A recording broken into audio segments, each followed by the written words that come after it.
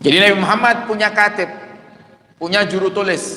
Kalau mau ngirim surat kepada para raja, ya di antara sahabat yang menulis adalah Hanzalah ibn Rabi' ini. Ahadi kutabi Rasulillah, salah satu juru tulisnya Nabi kita Muhammad sallallahu alaihi wasallam. Gala, beliau berkata, sahabat Hanzalah ibn Rabi' bercerita, laqiyani Abu Bakar radhiyallahu anhu, faqala kaifa anta ya Hanzalah. Sayyidina Abu Bakar As-Siddiq pernah berjumpa denganku. Kemudian dia bertanya kepadaku, kaifa anta ya Hanzalah? Bagaimana kabarmu wahai Hanzalah? Qultu nafaqa Hanzalah. Kemudian Sayyidina Hanzalah ibn Rabi' berkata kepada Sayyidina Abu Bakar, aku takut kalau aku ini dianggap orang yang munafik. Bagaimana kabarmu wahai Hanzalah? Sahabat Hanzalah menjawab, aku takut wahai Abu Bakar kalau aku ini termasuk golongan orang-orang yang munafik. Qala subhanallah matakul. Subhanallah, maha suci Allah, apa yang kau katakan wahai Hanzalah? Kenapa kau takut kalau dirimu itu dianggap munafik? Qultu, kemudian aku berkata, nakunu inda Rasulillah sallallahu alaihi wasallam afasnal azwaj wal aulad wal dhai'at nasina kathiran.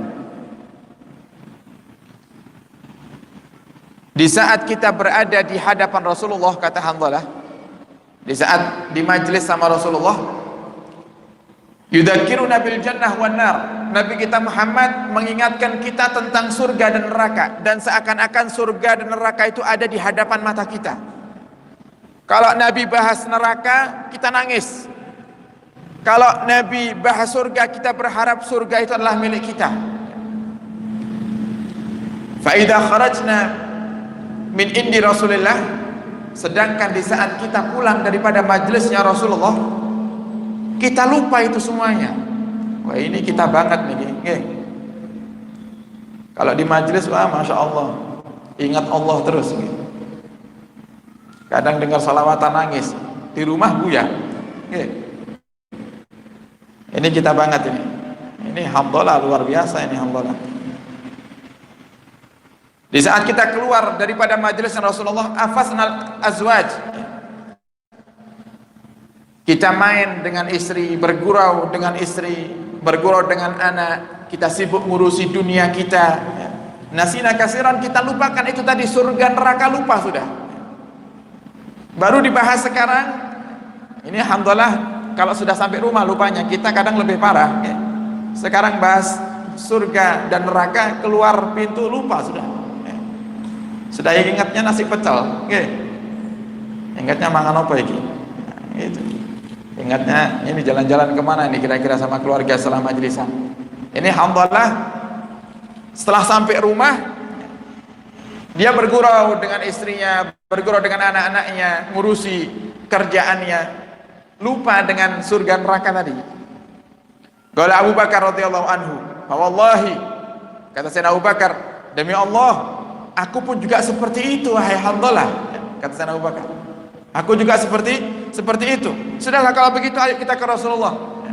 Bagaimana cara mengatasinya ini?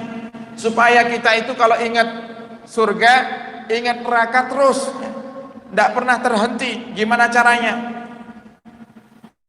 Nah, kemudian fantalaqtu ana wa Abu Bakar hatta wa dakhalna ala Rasulillah. Kemudian aku pergi ke rumah Rasulullah bersama Sayyidina Abu Bakar sampai aku berjumpa dengan Rasulullah. Fakultu, kemudian aku berkata kepada Rasulullah. Sayyidina Hanzalah berkata kepada Rasulullah, ya Rasulullah, nafaqa Hanzalah.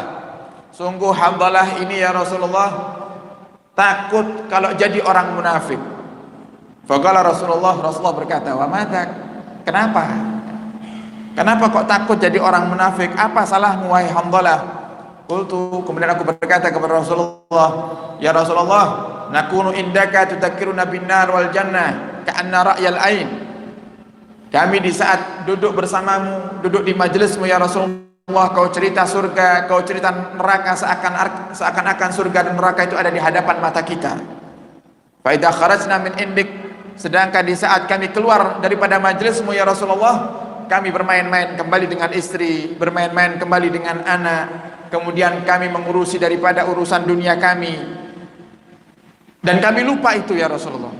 Faqala Rasulullah menjawab, walladzi nafsi biyadihi, dan demi zat yang jiwaku ada di genggaman tangannya, yaitu Allah Subhanahu wa taala. Demi Allah, lau tadumuna ala ma takununa indi wa fi dzikri lasafahatkumul malaikatu ala furushikum wa fi turukikum. Seandainya, demi Allah, seandainya kau bisa mempertahankan daripada apa yang kau dapati ketika kau duduk bersamaku, itu seandainya bisa kau pertahankan itu, ingat surga dan neraka kapanpun, dalam keadaan apapun, maka niscaya malaikat akan mencium tanganmu. Wah, hebat ini. Jadi kalau jenengan bar majelis orang lali, terus kelingan swarga, terus kelingan neraka, diambung tangan jenengan kalau malaikat. Wah, luar biasa ini. Malaikat yang cium tangan kita. Kata Nabi Muhammad, seandainya kau pertahankan itu, ingat surga dan neraka, wahai Handalah, wahai Abu Bakar, maka niscaya malaikat akan mencium tanganmu. Tapi maksud Nabi Muhammad ini apa? Nah, maksud Nabi Muhammad itu sulit. Bagi kalian seperti itu sulit. Kemudian Nabi katakan, walakin ya Handalah sa'ah wa sa'ah. Akan tapi wahai Handalah, ada saatnya kamu itu hatimu fokus untuk Allah, ada saatnya kau penuhi hak yang untuk orang lain. Ada saatnya ketika di majelis lupakan semuanya. Jadi kalau sudah dimasuk majelis, maksudnya Rasulullah itu fokuskan hatimu kepada Allah. Jangan kalau masuk majelis masih mikirkan hutang. Jangan masuk majelis masih mikirkan pekerjaan, masih mikirkan dunia. Jangan. Kalau sudah masuk majelis, lepas semuanya, buang jauh-jauh. Sesaat untuk fokus kepada Allah, dan sesaat untuk kita fokus menunaikan hak-hak kita.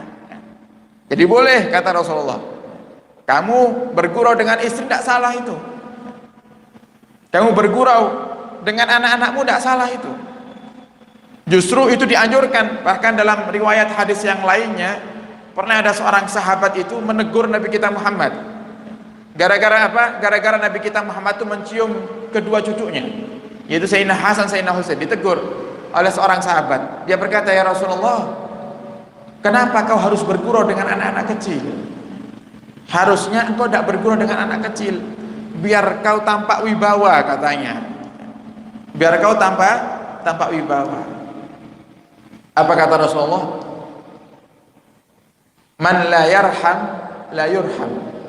Siapa yang tidak bisa menyayangi, maka tidak akan disayangi.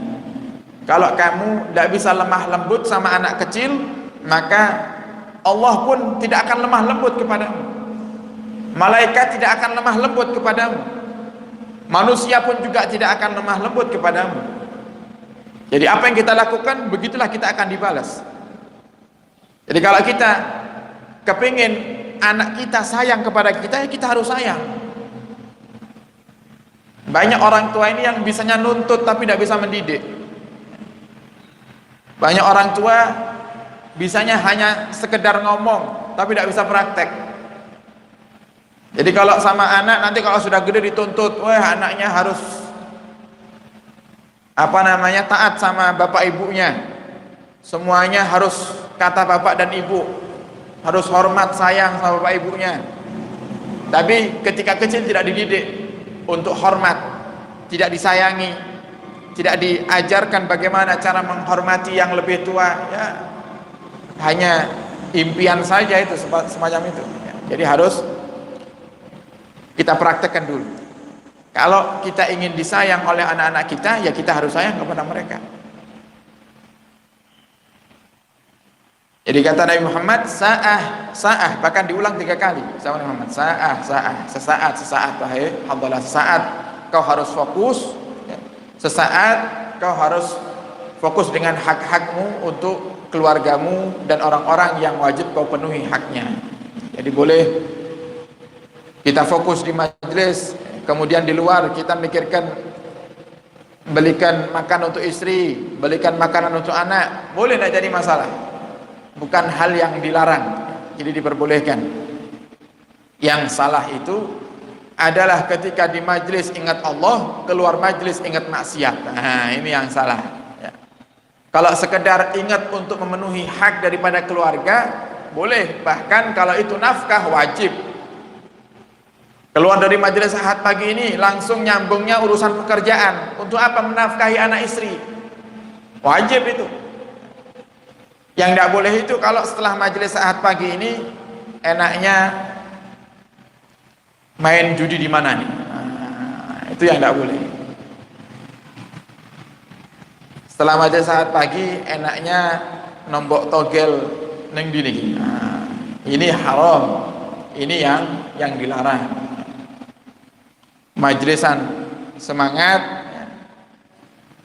keluar majlis sholat ditinggal, di majlis masya Allah nangis-nangis, di luar banyak sambat.